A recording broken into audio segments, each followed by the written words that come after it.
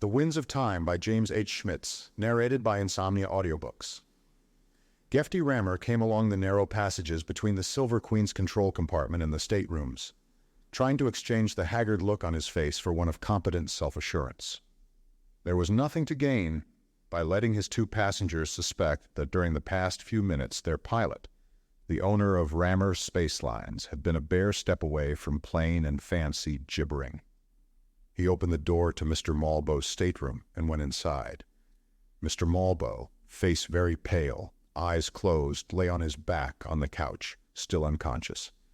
He'd been knocked out when some unknown forces suddenly started batting the Silver Queen's turnip shape around as the Queen had never been batted before in her 18 years of spacefaring. Karim Ruse, Malbo's secretary, knelt beside her employer, checking his pulse. She looked anxiously up at Gefty. "What did you find out?" she asked in a voice that was not very steady. Gefty shrugged. "Nothing definite as yet. The ship hasn't been damaged. She's a tough tub. That's one good point otherwise. Well, I climbed into a suit and took a look out the escape hatch, and I saw the same thing there that the screens show, whatever that is." "You've no idea then of what's happened to us? Or where we are?" Miss Ruse persisted. She was a rather small girl with large, beautiful gray eyes and thick blue-black hair. At the moment she was barefoot and in a sleeping outfit which consisted of something soft wrapped around her top, soft and floppy trousers below. The black hair was tousled and she looked around 15. She'd been asleep in her stateroom when something smacked the Queen, and she was sensible enough then not to climb out of the bunk's safety field until the ship finally stopped shuddering and bucking about. That made her the only one of the three persons aboard who had collected no bruises. She was scared, of course, but taking the situation very well. Gefty said carefully, "There are a number of possibilities. It's obvious that the Queen has been knocked out of norm space, and it may take some time to find out how to get her back there. But the main thing is that the ship's intact. So far, it doesn't look too bad." Miss Ruse seemed somewhat reassured. Gefty could hardly have said the same for himself. He was a qualified norm space and subspace pilot. He had put in a hitch with the Federation Navy, and for the past 8 years he'd been ferrying his own 2 ships about the hub and not infrequently beyond the Federation space territories, but he had never heard of a situation like this. What he saw in the view screens when the ship steadied enough to let him pick himself off the instrument room floor, and again, a few minutes later, and with much more immediacy, from the escape hatch, made no sense, seemed simply to have no meaning. The pressure meter said there was a vacuum outside the Queen's skin. That vacuum was dark, even pitch black, but here and there came momentary suggestions of vague light and color. Occasional pinpricks of brightness showed and were gone. And there had been one startling phenomenon, like a distant giant explosion, a sudden pallid glare in the dark, which appeared far ahead of the Queen, and for the instant it remained in sight, seemed to be rushing directly towards them. It had given Gefty the feeling that the ship itself was plowing at high speed through this eerie medium, but he had cut the Queen's drives to the merest idling pulse as soon as he staggered back to the control console and got his first look at the screens. So it must have been the light that had moved. But such details were best not discussed with a passenger. Karim Ruse would be arriving at enough disquieting speculations on her own. The less he told her, the better. There was the matter of the ship's location instruments. The only set Gefty had been able to obtain any reading on were the direction indicators, and what they appeared to indicate was that the Silver Queen was turning on a new heading, something like 20 times a second. Gefty asked, "Has Mr. Malbo shown any signs of waking up?" Karim shook her head. "His breathing and pulse seem all right, and that bump on his head doesn't look really bad, but he hasn't moved at all. Can you think of anything else we might do for him, Gefty?" "Not at the moment," Gefty said. "He hasn't broken any bones. We'll see how he feels when he comes out of it." He was wondering about Mr. Malbo and the fact that this charter had showed some unusual features from the beginning. Karim was a friendly sort of girl. They'd got to calling each other by their first names within a day or two after the trip started. But after that, she seemed to be avoiding him, and Gefty guessed that Malbo had spoken to her, probably to make sure that Karim didn't let any of her employer's secrets slip out. Malbo himself was as aloof and taciturn a client as Rammer Space Lines ever had picked up. a lean, blonde character of indeterminate age with pale eyes, hard mouth. Why he had selected a bulky semi-freighter like the Queen for a mineralogical survey jaunt to a lifeless little sun system far beyond the outposts of civilization was a point he didn't discuss. Gefty, needing the charter money, had restrained his curiosity. If Malbo wanted only a pilot and preferred to do all the rest of the work himself, that was certainly Malbo's affair. And if he happened to be up to something illegal, though it was difficult to imagine what customs would nail him when they got back to the hub. But those facts looked a little different now. Gefty scratched his chin, inquired, "Do you happen to know where Mr. Malbo keeps the keys to the storage vault?" Kareem looked startled. "Why, no. I couldn't permit you to take the keys anyway while he's unconscious. You know that." Gefty grunted. "Any idea of what he has locked up in the vault?" "You shouldn't ask me." Her eyes widened. "Why, that couldn't possibly have anything to do with what's happened." He might, Gefty thought, have reassured her a little too much. He said, "I wouldn't know. But I don't want to just sit here and wonder about it until Malbo wakes up. Until we're back in norm space, we'd better not miss any bets. Because one thing's sure, if this has happened to anybody else, they didn't turn up again to report it. You see?" Kareem apparently did. She went pale, then said hesitantly, "Well, the sealed cases Mr. Malbo brought out from the hub with him had some very expensive instruments in them. That's all I know. He's always trusted me not to pry into his business any more than my secretarial duties required, and of course I haven't." "You don't know then what it was he brought up from that moon a few hours ago, those 2 big cases he stowed away in the vault?" "No, I don't, Gefty. You see, he hasn't told me what the purpose of this trip is. I only know that it's a matter of great importance to him." Kareem paused, added, "From the careful manner Mr. Malbo handled the cases with the cranes, I had the impression that whatever was inside them must be quite heavy." "I noticed that," Gefty said. "It wasn't much help. Well, I'll tell you something now," he went on. "I let your boss keep both sets of keys to the storage vault because he insisted on it when he signed the charter. What I didn't tell him was that I could make up a duplicate set any time in around half an hour." "Oh, have you?" "Not yet, but I intend to take a look at what Mr. Malbo's got in that vault now, with or without his consent. You better run along and get dressed while I take him up to the instrument room." "Why move him?" Kareem asked. "The instrument room's got an overall safety field. I've turned it on now, and if something starts banging us around again, the room will be the safest place on the ship. I'll bring his personal luggage up too, and you can start looking through it for the keys. You may find them before I get a new set made, or he may wake up and tell us where they are." Kareem Ruse gave her employer a dubious glance, then nodded, said, "I imagine you're right, Gefty," and pattered hurriedly out of the stateroom. A few minutes later, she arrived fully dressed in the instrument room. Gefty looked around from the table shelf where he had laid out his tools and said, "He hasn't stirred.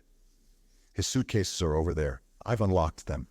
Kareem gazed at what showed in the screens about the control console and shivered slightly. She said, "I was thinking, Gefty, isn't there something they call Space 3? "Sure, pseudo-space, but that isn't where we are. There are some special-built Navy tubs that can operate in that stuff if they don't stay too long. A ship like the Queen? Well, you and I and everything else in here would be frozen solid by now if we'd got sucked somehow into Space 3. "I see," Kareem said uncomfortably. Gefty heard her move over to the suitcases. After a moment, she asked, "What do the vault keys look like? You can't miss them if he's just thrown them in there. They're over 6 inches long. What kind of a guy is this Malbo? A scientist?" "I couldn't say, Gefty. He's never referred to himself as a scientist. I've had this job a year and a half. Mr. Malbo is a very considerate employer.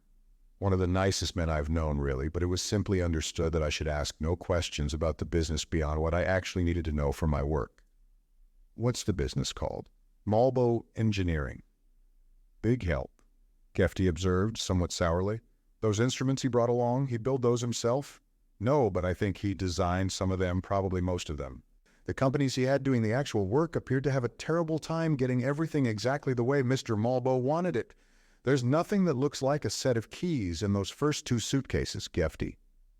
"Well," Gefty said, "if you don't find them in the others, you might start thumping around to see if he's got secret compartments in his luggage somewhere." "I do wish," Kareem Ruse said uneasily, That Mr. Malbo would regain consciousness, it seemed so underhanded to be doing these things behind his back. Gefty grunted non-committally. He wasn't at all certain by now that he wanted his secretive client to wake up before he checked on the contents of the Queen's storage vault. 15 minutes later, Gefty Rammer was climbing down to the storage deck in the Queen's broad stern, the newly fashioned set of vault keys clanking heavily in his coat pocket. Kareem had remained with her employer, who was getting back his color, but still hadn't opened his eyes. She hadn't found the original keys. Gefty wasn't sure she'd tried too hard, though she seemed to realize the seriousness of the situation now. But her loyalty to Mr. Malbo could make no further difference, and she probably felt more comfortable for it. Lights went on automatically in the wide passage leading from the cargo lock to the vault as Gefty turned into it. His steps echoed between the steel bulkheads on either side. He paused a moment before the big circular vault doors, listening to the purr of the Queen's idling engines in the next compartment. The familiar sound was somehow reassuring. He inserted the first key, turned it over twice, drew it out again, and pressed one of the buttons in the control panel beside the door. The heavy slab of steel moved sideways with a soft, hissing sound, vanished into the wall. Gefty slid the other key into the lock of the inner door. A few seconds later, the vault entrance lay open before him. He stood still again, wrinkling his nose. The area ahead was only dimly illuminated. The shaking up the Queen had undergone had disturbed the lighting system here. And what was that odor? Rather sharp, unpleasant. It might have been spilled ammonia.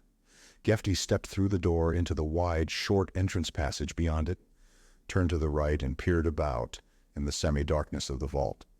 Two great steel cases, the ones Malbo had taken down to an airless moon surface, loaded up with something and brought back to the Queen, were jammed awkwardly into a corner, in a manner which suggested they'd slid into it when the ship was being knocked around.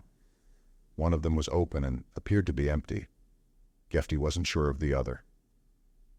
In the dimness beside them lay the loose coils of some very thick, dark cable, and standing near the center of the floor was a thing that at once riveted his attention on it completely.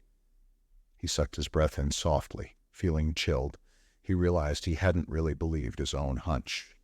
But of course, if it hadn't been an unheard-of outside force that plucked the Queen out of norm space and threw her into this elsewhere, then it must be something Malbo had put on board. And that something had to be a machine of some kind. It was. About it he could make out a thin, gleaming of wires, a jury-rigged safety field. Within the flimsy-looking protective cage was a double bank of instruments, some of them alive with the flicker and glow of lights. Those must be the very expensive and difficult-to-build items Malbo had brought out from the hub. Beside them stood the machine, squat and ponderous. In the vague light it looked misshaped and discolored. A piece of equipment that had taken a bad beating of some kind, but it was functioning. As he stared, intermittent bursts of clicking noises rose from it, like the staccato of irregular gunfire. For a moment, questions raced in disorder through his mind. What was it? Why had it been on that moon? Part of another ship, wrecked now. A ship that had been at home here? Was it some sort of drive? Malbo must know. He'd known enough to design the instruments required to bring the battered monster back to life. On the other hand, he had not foreseen in all detail what could happen once the thing was in operation, because the Queen's sudden buck-jumping act had surprised him and knocked him out. The first step in any event was to get Malbo awake now. To tamper with a device like this, before learning as much as one could about it, would be lunatic foolhardiness. It looked like too good a bet that the next serious mistake made by anybody would finish them all. Perhaps it was only because Gefty's nerves were on edge that he grew aware at that point, in his reflections, of two minor signals from his senses. One was that the smell of ammonia, which he had almost stopped noticing, was becoming appreciably stronger. The other was the faintest of sounds, a whispering suggestion of motion somewhere behind him. But here in the storage vault, nothing should have moved, and Gefty's muscles were tensing as his head came around. Almost in the same instant, he flung himself wildly to one side, stumbling and regaining his balance as something big and dark slapped heavily down on the floor at the point where he had stood. Then he was darting up through the entrance passage, turning and knocking down the lock switches on the outside door panel. It came flowing around the corner of the passage behind him. As the vault doors began to slide together, he was aware mainly of swift, smooth oiling motion like that of a big snake. Then, for a fraction of a second, a strip of brighter light from the outside passage showed a long, heavy wedge of a head, a green metal glint of staring eyes. The doors closed silently into their frames and locked. The thing was inside. But it was almost a minute then before Gefty could control his shaking legs enough to start moving back towards the main deck. In the half-dark of the vault, it had looked like a big, coiled cable lying next to the packing cases. Like Malbo, it might have been battered around and knocked out during the recent disturbance, and when it recovered, it had found Gefty in the vault with it. But it might also have been awake all the while, waiting cunningly until Gefty's attention seemed fixed elsewhere before launching its attack. It was big enough to have flattened him and smashed every bone in his body if the stroke had landed. Some kind of guard animal? A snake-like watchdog? What other connection could it have with the mystery machine? Perhaps Malbo had intended to leave it confined in one of the cases and it had broken loose. Too many questions by now, Gefty thought. But Malbo had the answers. He was hurrying up the main deck's central passage when Malbo's voice addressed him sharply from a door he'd just passed. "Stop right there, Rammer. Don't dare to move. The voice ended on a note of surprise. Gefty's reaction had not been too rational, but it was prompt. Malbo's tone and phrasing implied he was armed. Gefty wasn't, but he kept a gun in the instrument room for emergencies. He'd been through a whole series of unnerving experiences, winding up with being shagged out of his storage vault by something that stank of ammonia and looked like a giant snake. To have one of the Queen's passengers order him to stand where he was topped it off. Every other consideration was swept aside by a great urge to get his hands on his gun. He glanced back, saw Malbo coming out of the half-open door, something like a 20-inch thin white rod in one hand. Then Gefty went bounding on along the passage, hunched forward and zigzagging from wall to wall to give Malbo if the thing he held was a weapon, and he actually intended to use it as small and erratic a target as possible. Malbo shouted angrily behind him. Then, as Gefty came up to the next cross passage, a line of white fire seared through the air across his shoulders and smashed off the passage wall. With that, he was around the corner and boiling mad. He had no great liking for gunfire, but it didn't shake him like the silently attacking beast in the dark storage had done. He reached the deserted instrument room not many seconds later, had his gun out and cocked, and was faced back towards the passage by which he had entered. Malbo, if he had pursued without hesitation, should be arriving by now. But the passage stayed quiet. Gefty couldn't see into it from where he stood.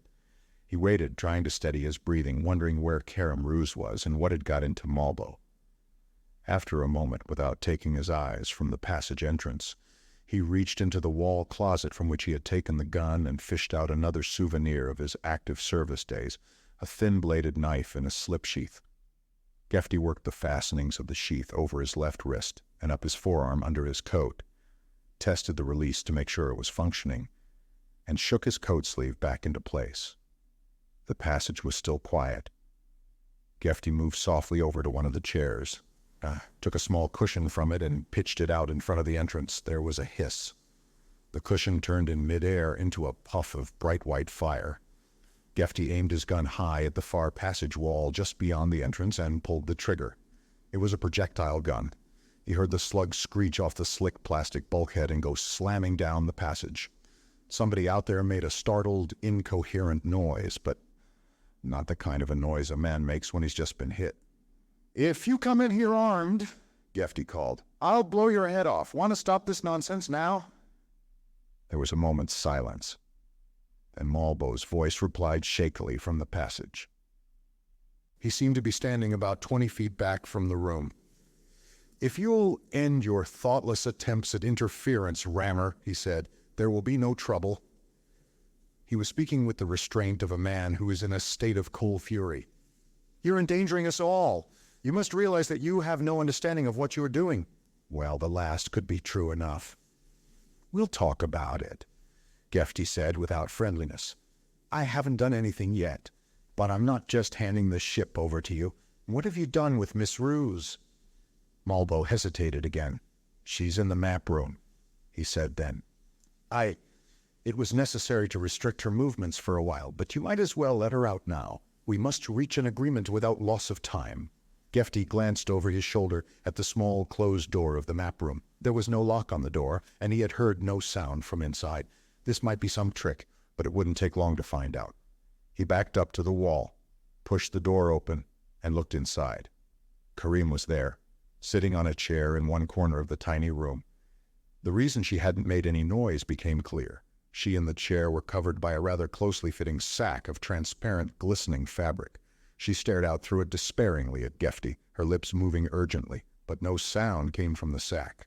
Gefty called angrily, "Malbo!" "Don't excite yourself, Rammer." There was a suggestion of what might be contempt in Malbo's tone now. "The girl hasn't been harmed. She can breathe easily through the restrainer, and you can remove it by pulling at the material from outside." Gefty's mouth tightened. "I'll keep my gun on the passage while I do it." Malbo didn't answer. Gefty edged back into the map room, tentatively grasped the transparent stuff above Kareem's shoulder. To his surprise, it parted, like wet tissue. He pulled sharply, and in a moment Kareem came peeling herself out of it, her face tear-stained, working desperately with hands, elbows, and shoulders. "Gefty," she gasped. Mr. Malbo." "He's out in the passage there," Gefty said. "He can hear you." His glance shifted for an instant to the wall where a second of the shroud-like transparencies was hanging. And who could that have been intended for, he thought. But Gefty Rammer? He added, "We've had a little trouble." "Oh." She looked out of the room towards the passage, then at the gun in Gefty's hand, then up at his face. "Malbo," Gefty went on, speaking distinctly enough to make sure Malbo heard, "has a gun too. He'll stay there in the passage and we'll stay in the instrument room until we agree on what should be done. He's responsible for what's happened and seems to know where we are."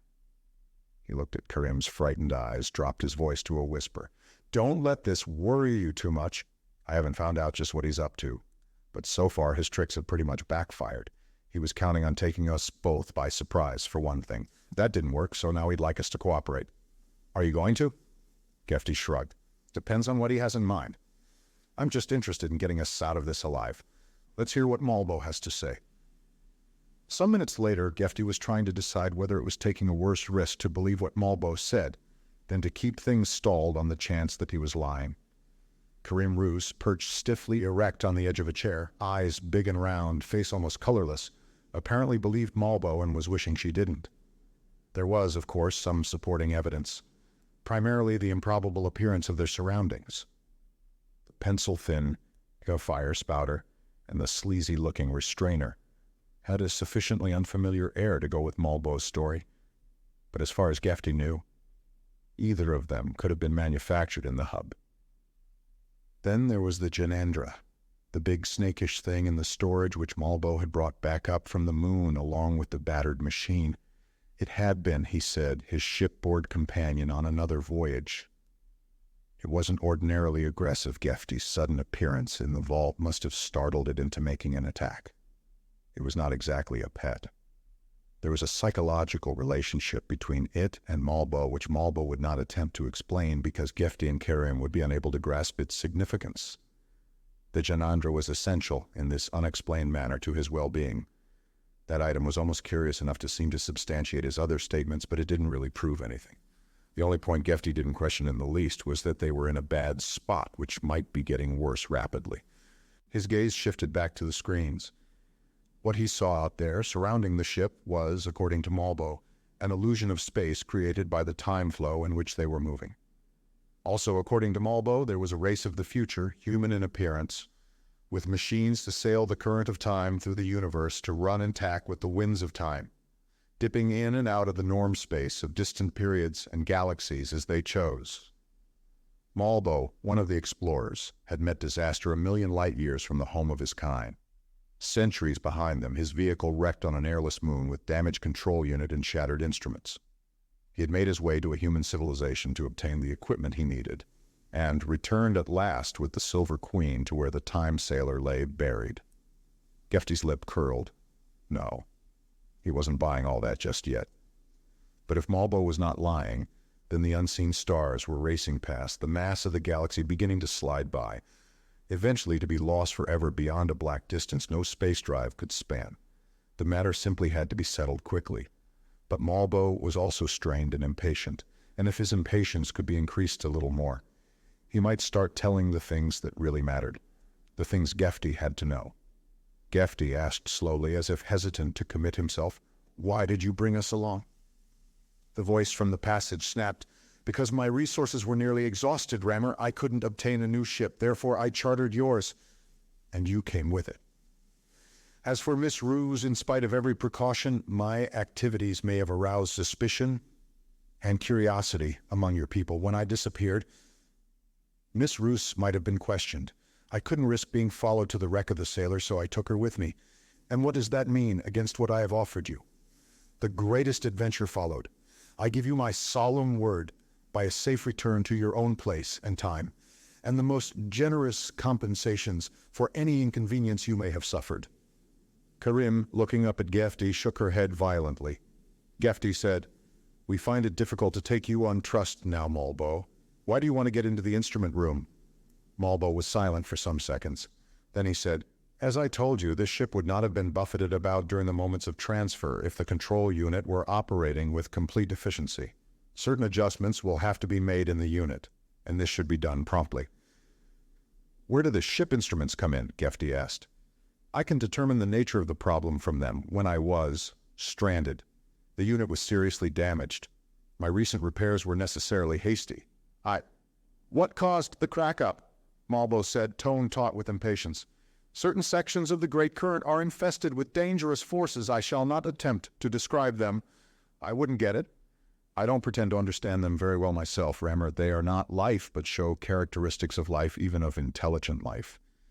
If you can imagine radiant energy being capable of conscious hostility." There was a chill at the back of Gefty's neck. "A big, fast-moving light?" "Yes." Sharp concern showed suddenly in the voice from the passage. When did you see that?" Gefty glanced at the screens. "Twice since you've been talking, and once before, immediately after we got tumbled around." "Then we can waste no more time, Rammer. Those forces are sensitive to the fluctuations of the control unit. If they were close enough to be seen, they're aware the ship is here.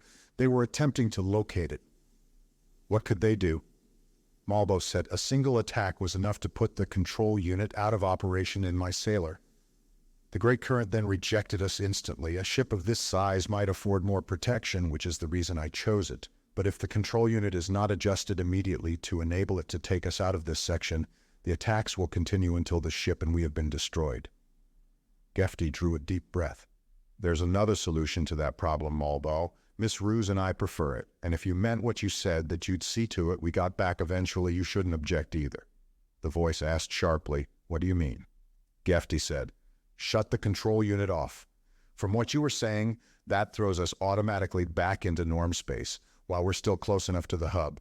You'll find plenty of people there who'll stake you to a trip to the future if they can go along and are convinced they'll return. Miss Ruse and I don't happen to be that adventurous." There was silence from the passage. Gefty added, "Take your time to make up your mind about it if you want to. I don't like the idea of those lights hitting us, but neither do you. And I think I can wait this out as well as you can." The silence stretched out. Presently Gefty said, "If you do accept, slide that fire-shooting device of yours into the room before you show up. We don't want accidents." He paused again. Karim was chewing her lips, hands clenched into small fists in her lap.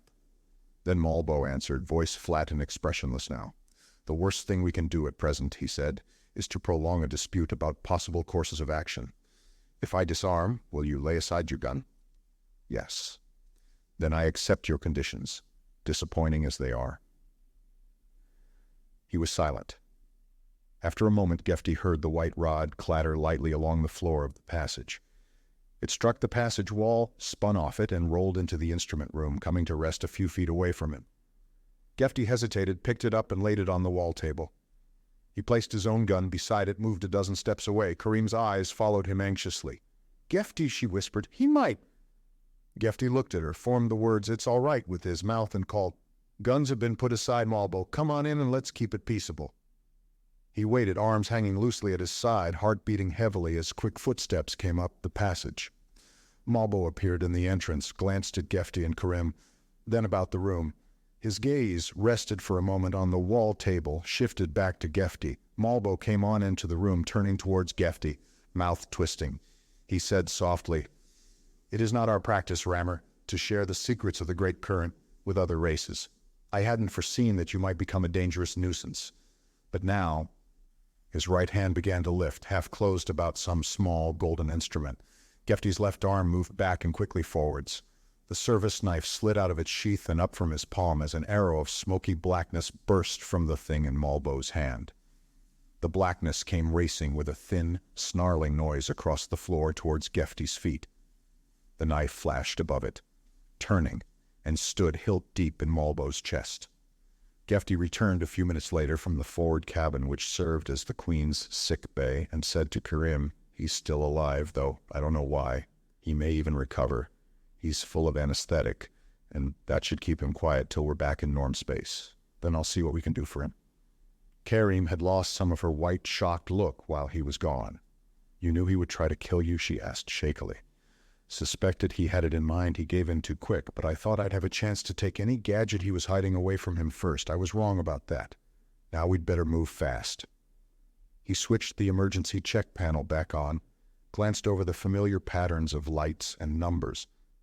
A few minor damage spots were indicated, but the ship was still fully operational. One minor damage spot, which did not appear on the panel, was now to be found in the instrument room itself, in the corner on which the door of the map room opened.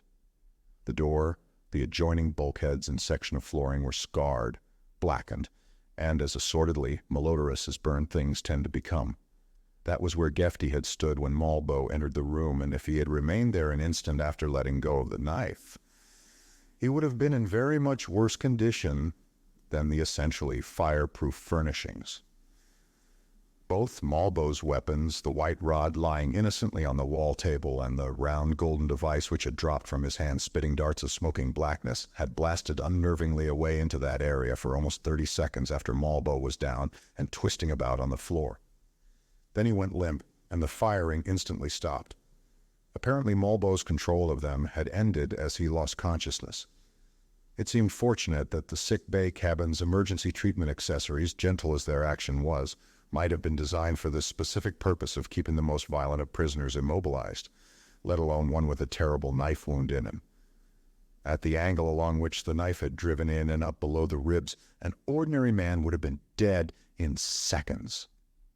But it was very evident now that Malbo was no ordinary man. And even after the eerie weapons had been pitched out of the ship through the instrument room's disposal tube, Gefty couldn't rid himself of an uncomfortable suspicion that he wasn't done with Malbo, yet wouldn't be done with him, in fact, until one or the other of them was dead. He said to Karim, "I thought the machine Malbo set up in the storage vault would turn out to be some drive engine, but apparently it has an entirely different function." He connected it with the instruments he had made in the hub, and together they form what he calls a control unit. The emergency panel would show if the unit were drawing juice from the ship. It isn't, and I don't know what powers it. But we do know now that the control unit is holding us in the time current, and it will go on holding us there as long as it's in operation. If we could shut it off, the Queen would be rejected by the current, like Malbo's sailor was. In other words, we'd get knocked back into norm space, which is what we want. And we want it to happen as soon as possible because if Malbo was telling the truth on that point, every minute that passes here is taking us farther away from the hub and farther from our own time towards his. Karim nodded, eyes intent on his face. "Now I can't just go down there and start slapping switches around on the thing," Gefty went on. "He said it wasn't working right, and even if it were, I couldn't tell what would happen. But it doesn't seem to connect up with any ship systems. It just seems to be holding us in a field of its own. So I should be able to move the whole unit into the cargo lock and eject it from there. If we shift the Queen outside its field, that should have the same effect as shutting the control unit off. It should throw us back into norm space." Karim nodded again. "What about Mr. Malbo's Janandra animal?" Gefty shrugged. "Depends on the mood I find it in. He said it wasn't usually aggressive. Maybe it isn't. I'll get into a spacesuit for protection and break out some of the mining equipment to move it along with if I can maneuver it into an empty compartment where it will be out of the... He broke off, expression-changing, eyes fastened on the emergency panel. Then he turned hurriedly, reached across the side of the console for the intership air seal controls. Kareem asked apprehensively, "What's the matter, Gefty?" "Wish I knew exactly." Gefty indicated the emergency panel. "Little red light there on the storage deck section it wasn't showing a minute ago. It means that the vault doors have been opened since then." He saw the same half-superstitious fear appear in her face that had touched him. "You think he did it?" "I don't know." Malbo's control of the guns had seemed uncanny enough, but that was a different matter. The guns were a product of his own time and science, but the vault door mechanisms? There might have been sufficient opportunity for Malbo to study them and alter them for some purpose of his own since he'd come aboard. "I've got the ship compartments and decks sealed off from each other now," Gefty said slowly. "The only connecting points from one to the other are personnel hatches. They're small airlocks, so the Janadra's confined to the storage deck. If it's come out of the vault, it might be a nuisance until I can get equipment to handle it. But that isn't too serious. The spacesuits are on the second deck, and I'll get into one before I go on to the storage.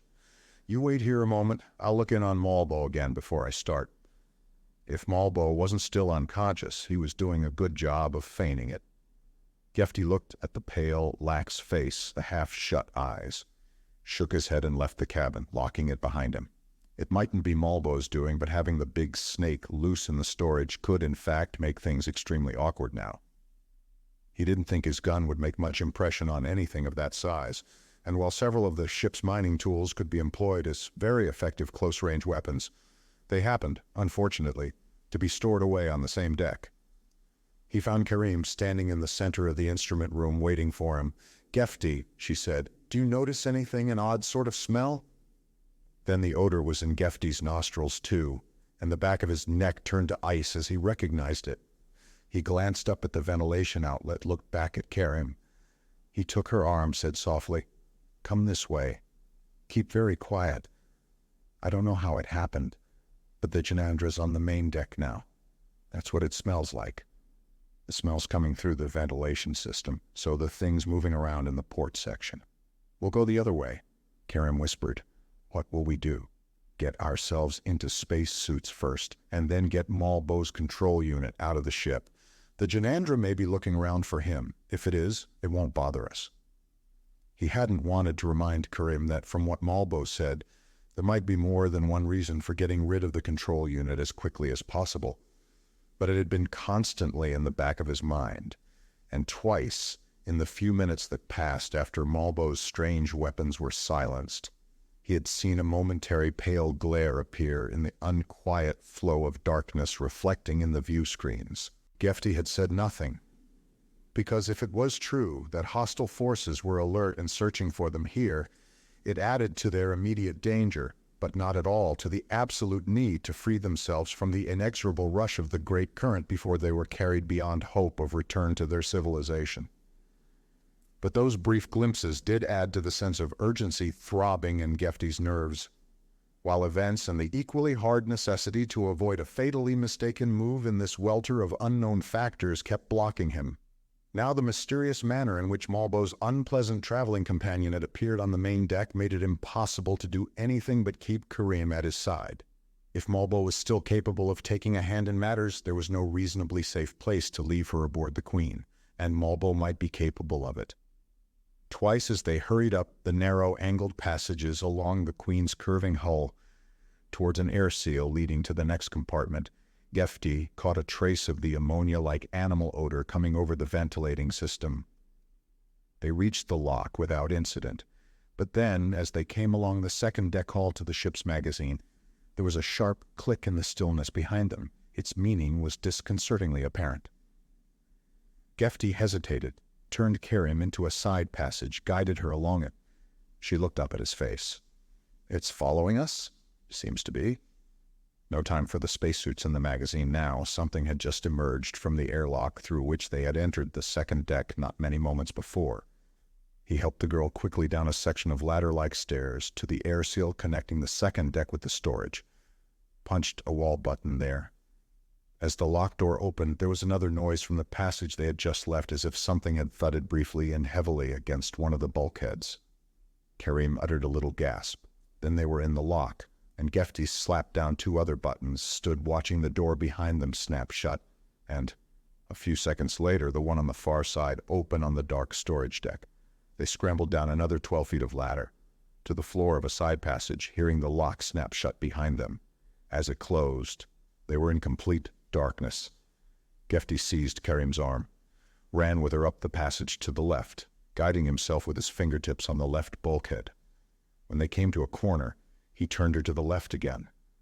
A few seconds later, he pulled open a small door, bundled the girl through, came in himself, and shut the door to a narrow slit behind them. Karim whispered shakily, "What will we do now, Gefty? Stay here for the moment. It'll look for us in the vault first." And it should go to the storage vault first, where it had been guarding Malbo's machine, to hunt for them there. But it might not. Gefty eased the gun from his pocket on the far side of Karim. Across the dark compartment was another door. They could retreat a little farther here if it became necessary, but not very much farther. They waited in a silence that was complete, except for their unsteady breathing and the distant, deep pulse of the Queen's throttled-down drives. He felt Karim trembling against him. How did Malbo's creature move through the air seal locks? The operating mechanisms were simple. A dog might have been taught to use them, but a dog had paws. There came the soft hiss of the opening lock, the faintest shimmer of light to the right of the passage mouth he was watching through the door. A heavy thump on the floor below the locks followed, then a hard click as the lock closed, and complete darkness returned. The silence resumed. Seconds dragged on.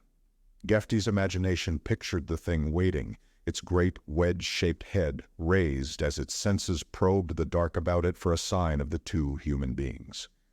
Then a vague rushing noise began, growing louder as it approached the passage mouth, crossing it, receding rapidly again to the left. Gefty let his breath out, slowly eased the door open, and stood listening again. Abruptly, there was reflected light in the lock passage, coming now from the left. He said in a whisper, "It's moving around in the main hall, Karim.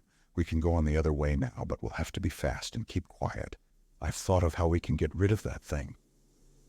The cargo lock on the storage deck had 2 inner doors.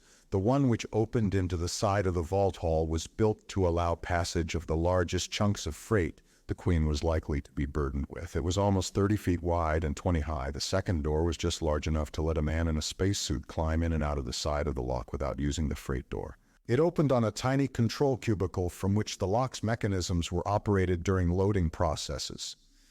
Gefty let Karim and himself into the cubicle from one of the passages, steered the girl through the pitch blackness of the little room to the chair before the control panel, and told her to sit down.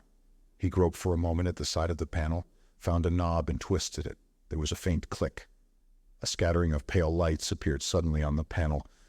A dark view screen set at a tilt above them, reflecting their gleam. Gefty explained in a low voice, "Left side of that screen covers the lock.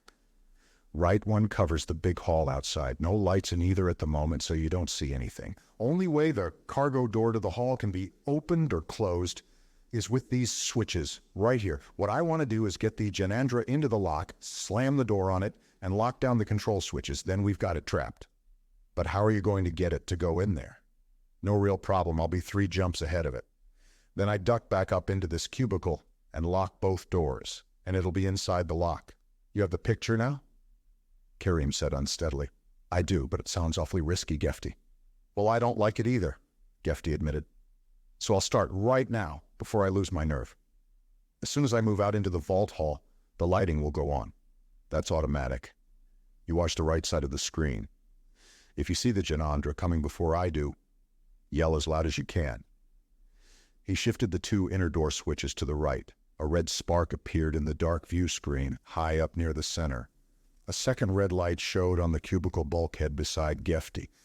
Beneath it, an oblong section of the bulkhead turned silently away on heavy hinges, became a door 2 feet in thickness, which stood jutting out at a right angle into the darkness of the cargo lock. A wave of cold air moved through it into the control cubicle. On the screen, another red spark appeared beside the first one.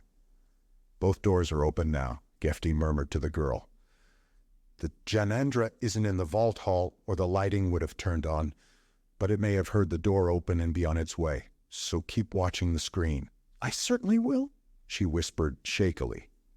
Gefty took an oversized wrench from the wall, climbed quickly and quietly down the 3 ladder steps to the floor of the lock, and walked across it to the sill of the giant freight door, which now had swung out and down into the vault hall. Fitting itself into a depression of the flooring, he hesitated an instant on the sill, then stepped out into the big dark hall. Light filled it immediately in both directions. He stood quiet, intent on the storage vault entrance far up the hall to his left. He could see the vault was open. The Janandra might still be inside it, but the seconds passed, and the dark entrance remained silent, and there was no suggestion of motion beyond it. Gefty glanced to the right, moved a dozen steps farther out into the hall, hefted the wrench, and spun it through the air towards the ventilator frame on the opposite bulkhead. The heavy tool clanged loudly against the frame, bounced off, and thudded to the floor. Gefty started slowly over to it, heart pounding with the vault entrance still at the edge of his vision. Kareem's voice screamed, "Gefty, it's—" He spun around, sprinted back to the cargo lock. The Janandra had come silently out of the nearest side passage behind him, was approaching with the remembered oiling swiftness of motion, its great head lifted a yard from the floor. Gefty plunged through the lock, jumped for the top of the cubicle door steps, came stumbling into the cubicle. Kareem was on her feet, staring. He swung the cubicle door switch to the left, slapping it flat to the panel. The door snapped back into the wall behind him with a force that shook the floor. On the screen, the Janandra's thick, dark worm shape was swinging around in the dim lock to regain the open hall. It had seen the trap, but the freight door switch went flat beside the other, and the freight door rose with massive swiftness. The heavy body smashed against it, went sliding back to the floor as the door slammed shut, and the screen section showing the cargo lock turned dark. "Got it, got it, got it," Gefty heard himself whispering exultantly. He switched on the lock's interior lights, then he swore softly, and beside him, Kareem sucked in her breath. The screen showed the Janandra in violent but apparently purposeful motion inside the lock. And it was also apparent now that it was a more complexly constructed creature than the long worm body and heavy head had indicated. The skin, to a distance of some 8 feet back of the head, had spread out into a wide, flexible frill. From beneath the frill extended 6 jointed, bone-white arms, along with waving ribbon-like appendages less easy to define. The thing was reared half up along the hall door, inspecting its surface with these members. Then suddenly it flung itself around and flashed over to the outer lock door. 3 arms shot out, wiry fingers caught the 3 spin locks simultaneously, began to whirl them. Gefty said, staring, "Kareem, it's going to." The Janandra didn't. The motion check suddenly was reversed. The locks drew tight again. The Janandra swung back from the door, lifting half its length upwards, big head weaving about as it inspected the tool racks overhead. An arm reached suddenly, snatched something from one of the racks, then the thing turned again, and in the next instant its head filled the view screen. Kareem made a choked sound of fright, jerking back against Gefty. The bulging metal green eyes seemed to stare directly at him, and the screen went black. Kareem whispered, What happened, Gefty?" Gefty swallowed, said, "It smashed the view pickup. Must have guessed we were watching and didn't like it." He added, "I was beginning to think Malbo must be some kind of Superman. But it wasn't any remote control magic of his that let the Janandra out of the vault, and opened the inner ship locks when it came up to the main deck, and followed us down again. It was doing all that for itself. It's Malbo's partner, not his pet, and it's probably got at least as good a brain as anyone else on board behind that ugly face." Kareem moistened her lips. Could it get out again? Into the ship? Gefty shook his head decidedly. It could dump itself out on the other side, and it almost did before it realized where it was and what it was about to do. But the inner locked doors won't open until someone opens them right on this panel. No, the thing's safely trapped. On the other hand, Gefty realized that he wouldn't now be able to bring himself to eject the Janandra out of the cargo lock and into the great current. Its intentions obviously hadn't been friendly, but its level of intelligence was as good as his own, and perhaps somewhat better, and at present it was helpless. To dispose of it, as he'd had in mind, would therefore be the cold-blooded murder of an equal. But so long as that ugly and formidable shipmate of Malbo's stayed in the cargo lock, the lock couldn't be used to get rid of the control unit in the vault. A new solution presented itself while Gefty was making a rapid and rather desperate mental review of various heavy-duty tools, which might be employed as weapons to force the Janandra into submission and haul it off for confinement elsewhere in the ship. Not impossible, but a highly precarious and time-consuming operation at best. Then another thought occurred. The storage vault lay directly against the hull of the Queen. How long to cut through the hull? The ship's mining equipment was on board and the tools were self-powered. Climb into a spacesuit, empty the air from the entire storage deck, leaving the Janandra imprisoned in the cargo lock. With Malbo incapacitated in sick bay and Kareem back in the control compartment and also in a suit for additional protection. Then cut ship's power to this deck to avoid complications with the Queen's involved circuitry and work under space conditions half an hour if he hurried. Shouldn't take more than another 10 minutes, he informed Kareem presently over the suit's intercom. I'm very glad to hear it, Gefty. She sounded shaky. Anything going on in the screens? He asked. She hesitated a little, said, No, not at the moment. Gefty grunted, blinked sweat from his eyes, and took hold of the hand grips of the heavy mining cutter again, turning it nose down towards the vault floor. The guide light found the point he was working on, and the slice beam stabbed out, began nibbling delicately away to extend the curving line it had eaten through the Queen's thick skin. He had drawn a 25-foot circle around Malbo's battered control unit and the instruments attached to it, well outside the fragile-looking safety field. The circle was broken at 4 points, where he would plant explosives. The explosives going off together should shatter the connecting links with the hull and throw the machine clear. If that didn't release them immediately from its influence, he would see what putting the Queen's drives into action would do. Gefty? Kareem's voice asked. Uh-huh. He could hear her swallow over the intercom. Those lights are back now. How many? 2, Kareem said. I think there are only 2. They keep crossing back and forth in front of us. She laughed nervously. It's idiotic, of course, but I do get the feeling they're looking at us. Gefty said hesitantly. Everything's set, but I need another minute or 2 to get this last connection whittled down a little more. If I blow the charge too soon, it mightn't take the gadget clean out of the ship. Kareem said, I know. I'll just watch. They just disappeared again. Her voice changed. Now there's something else. What's that? You know, you said to watch the cargo lock lights on the emergency panel. Yes. The outer lock door has just been opened. What? It must have been. The light started blinking red just now as I was looking at it. Gefty was silent a moment, his mind racing. Why would the Janandra open the lock? From what Malbo had said, it could live for a while without air, but it still could gain nothing but eventual death from leaving the ship. Unless, Gefty thought, the Janandra had become aware in some way that he was about to blow their machine out of the Queen. There were grappling lines in the cargo lock, and if 4 or 5 of those lines were slapped to the circular section of the hull he'd loosened. Kareem, he said. Yes. I'm going to blow the deal right now. Got your suit snapped to the wall braces like I showed you? Yes, Gefty. Her voice was faint but clear. He turned the cutter away from the line it had dug, sent it rolling off towards the far wall. He hurried around the circle, checking the 4 charges, lumbered over to the vault passage, stopped just around the corner. He took the firing box from his suit.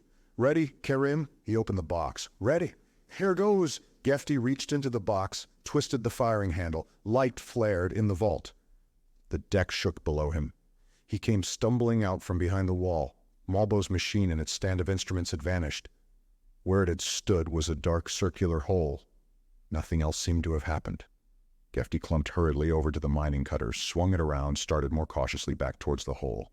He didn't have the faintest idea what would come next, but a definite possibility was that he would see the Janandra's dark form flowing up over the rim of the hole. Letting it run into the cutter beam might be the best way to discourage it from re-entering the Queen. Instead, a dazzling brilliance suddenly blotted out everything. The cutter was plucked from Gefty's grasp.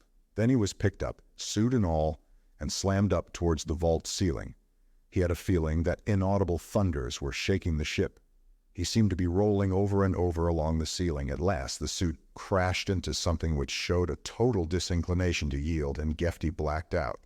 The left side of his face felt pushed out of shape. His left eye wasn't functioning too well, and there was a severe pulsing ache throughout the top of his head. But Gefty felt happy. There were a few qualifying considerations. Of course, he pointed out to Karim, all we can really say immediately is that we're back in norm space and somewhere in the galaxy. She smiled shakily. Isn't that saying quite a lot, Gefty? It's something. Gefty glanced around the instrument room. He had placed an emergency light on the console, but except for that, the control compartment was in darkness. The renewed battering the Queen had absorbed had knocked out the power in the forward section. The view screens were black, every instrument dead. But he'd seen the stars of norm space. Through the torn vault floor, it was something. We might have the light that slugged us to thank for that, he said. I'm not sure just what did happen there, but it could have been Malbo's control unit it was attacking rather than the ship. Malbo said the lights were sensitive to the unit. At any rate, we're here, and we're rid of the gadget and of the Janandra. He hesitated. I just don't feel you should get your hopes too high. We may find out we're a very long way from the hub. Karim's large eyes showed a degree of confidence which made him almost uncomfortable. If we are, she said serenely, you'll get us back somehow. Gefty cleared his throat. Well, we'll see. If the power shutoff is something the Queen's repair scanners can handle, the instruments will come back on any minute. Give the scanners 10 minutes. If they haven't done it by that time, they can't do it, and I'll have to play repairman. Then, with the instruments working, we can determine exactly where we are. Unless, he told himself silently, they'd wound up in a distant cluster never penetrated by the Federation's mapping teams. And there was the other little question of where they now were in time. But Karim looked rosy with relief, and those details could wait. He took up another emergency light, switched it on, and said, I'll see how Malbo is doing while we're waiting for power. If the first aid treatment has pulled him through so far, the autosurgeon probably can fix him up. Karim's face suddenly took on a guilty expression. I forgot all about Mr. Malbo. She hesitated. Should I come along? Gefty shook his head. I won't need help, and if it's a case for the surgeon, you wouldn't like it. Those things work painlessly, but it gets to be a mess for a while. He shut off the light again when he reached the sick bay, which was running on its independent power system. As he opened the cabin door from the dispensary, carrying the autosurgeon, it became evident that Malbo was still alive, but that he might be in delirium. Gefty placed the surgeon on the table, went over to the bed and looked at Malbo.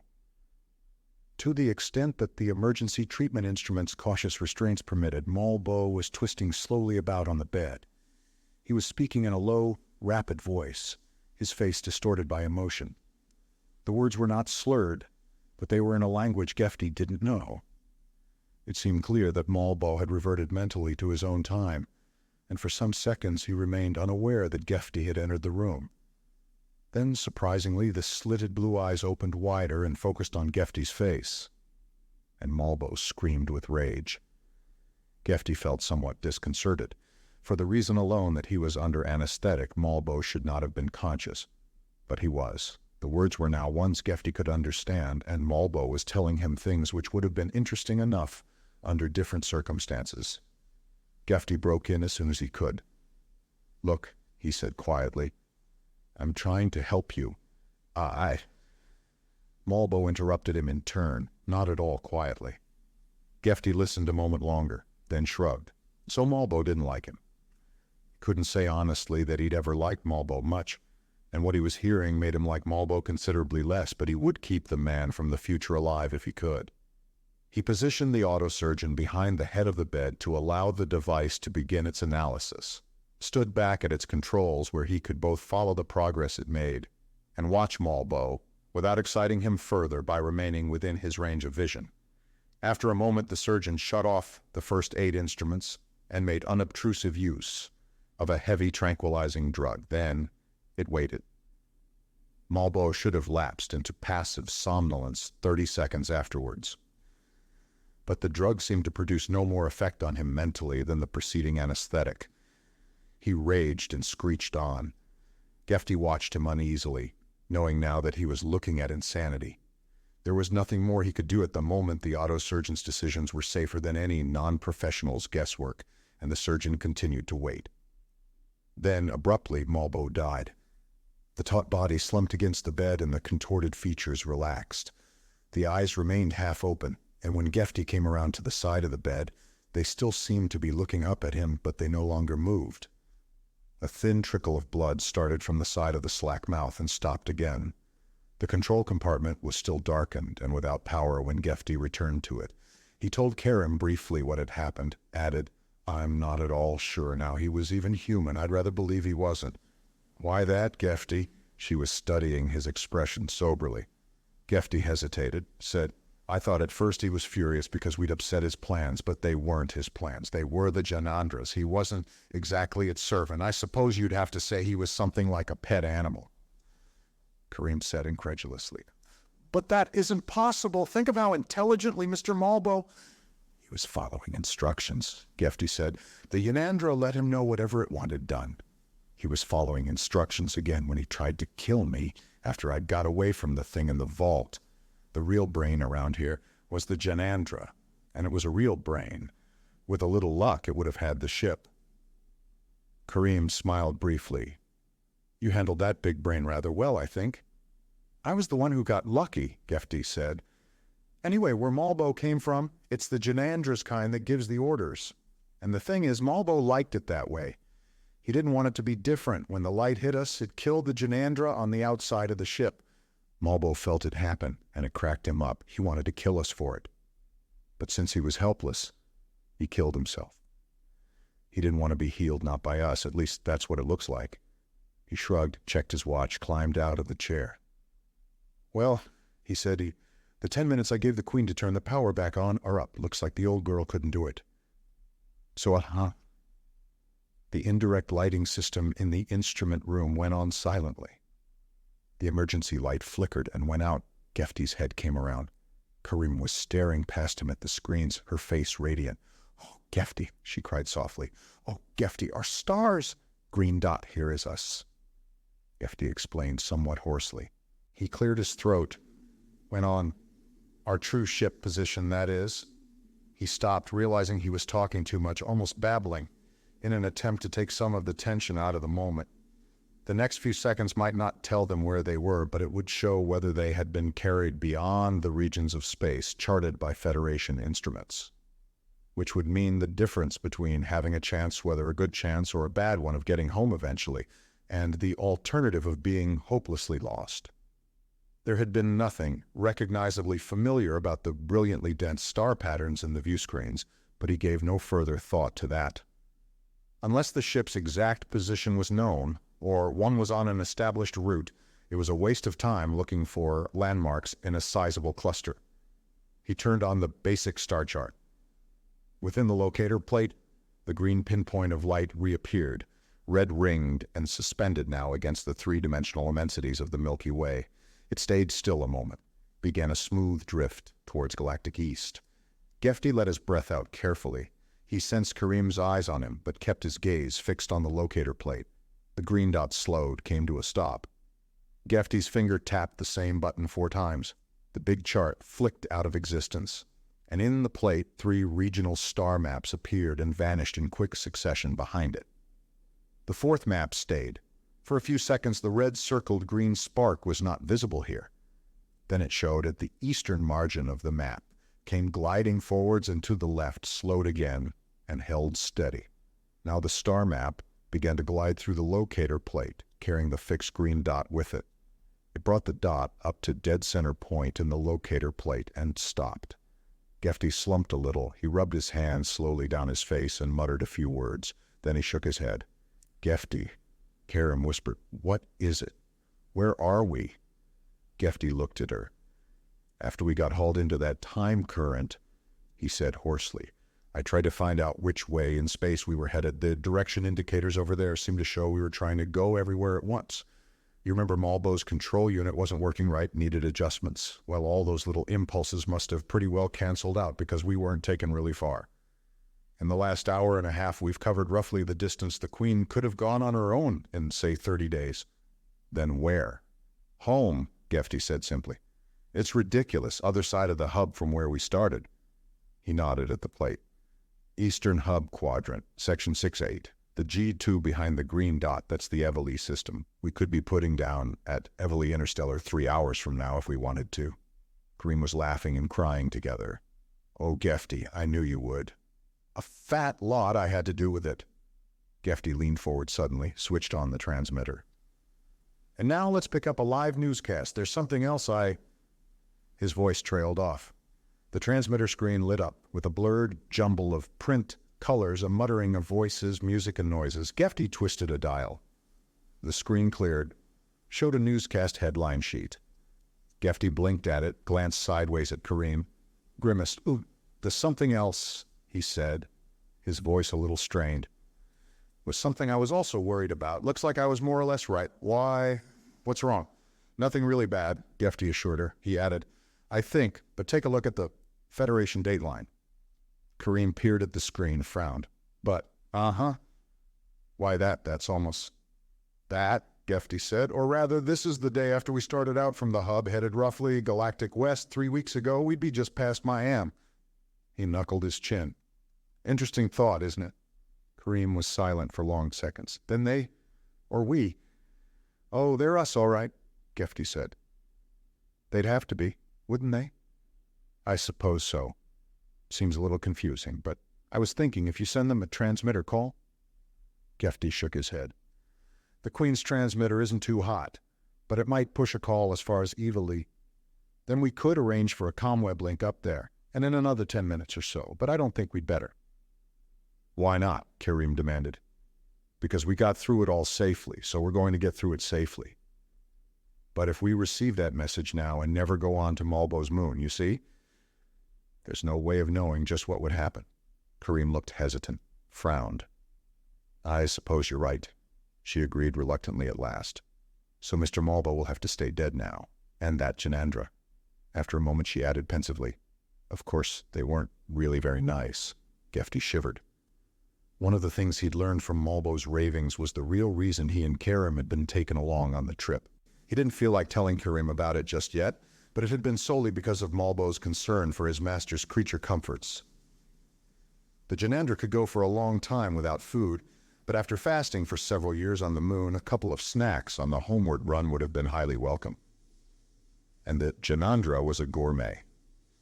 It much preferred, as Malbo well knew, to have its snacks still wriggling fresh as it started them down its gullet. No, Gefty said. I couldn't call either of them really nice.